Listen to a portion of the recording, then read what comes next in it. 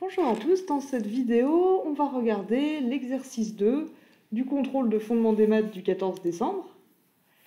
On va étudier un certain nombre de relations et on veut savoir si ce sont des relations d'ordre et si ce sont des relations d'ordre totales.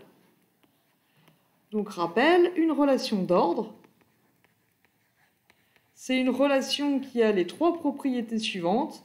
Elle est réflexive, transitive et antisymétrique.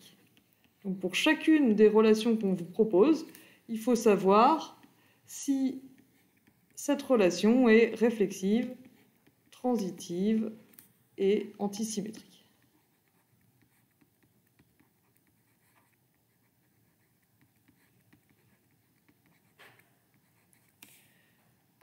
Et une relation est dite totale si pour tout xy, pour tout x dans E, pour tout y dans E, ou bien x est en relation avec y, donc si R c'est la relation, ou y est en relation avec x, mais ça ne peut pas être ni l'un ni l'autre. Donc regardons la première. La première, c'est la relation de divisibilité dans n. Donc, en fait, celle-là, vous l'avez déjà faite en TD. C'est dans l'exercice 4 du TD 7. Donc, je vous invite à regarder celui-là. Vous avez dû montrer que c'était bel et bien une relation réflexive, transitive et antisymétrique.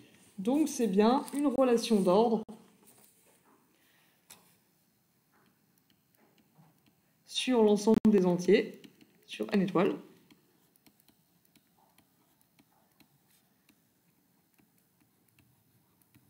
Et la question que vous n'avez peut-être pas encore faite, c'est est-ce que c'est une relation totale? Est-ce que forcément, pour tout A et B dans n étoiles, soit A divise B, soit B divise A? Bah non, il existe des entiers où c'est ni l'un ni l'autre. Donc si A égale 3 et B égale 4, par exemple,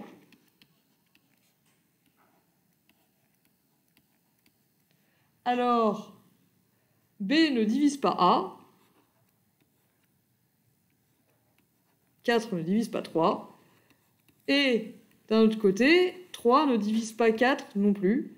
Donc B n'est pas en relation avec A et A n'est pas en relation avec B, donc cette relation n'est pas totale. La deuxième relation, de même, elle avait déjà été traitée en TD. C'était toujours dans l'exercice 4 du TD7, c'était la question petit 2.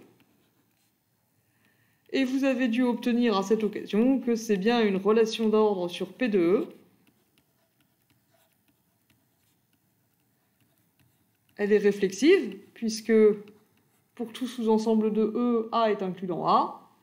Elle est transitive, si A est inclus dans B et B est inclus dans C, alors A est inclus dans C. Et elle est antisymétrique, si A est inclus dans B et B est inclus dans A, forcément A égale B, c'est la double inclusion qu'on utilise fréquemment. Donc ça, vous avez déjà dû le démontrer, que c'était une relation d'ordre sur P de E. Je vous invite à reprendre l'exercice 4 du TD7. Et ce que vous avez peut-être pas encore vu, c'est est-ce qu'elle est totale ou pas? Est-ce que forcément, si vous prenez deux sous-ensembles A et B dans un ensemble E, alors soit A est inclus dans B, soit B est inclus dans A. Et ça, ce n'est pas vrai. Cette relation n'est pas totale. Si X et Y sont deux éléments différents de E,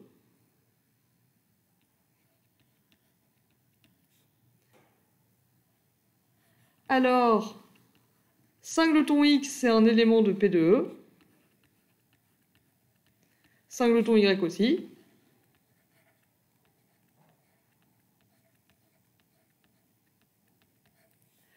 Mais singleton X, c'est pas inclus dans singleton Y. Et singleton Y, c'est pas inclus dans singleton X.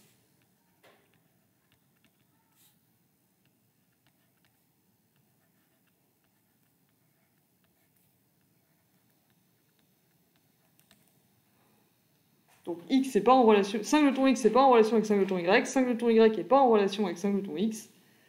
Donc cette relation n'est pas totale.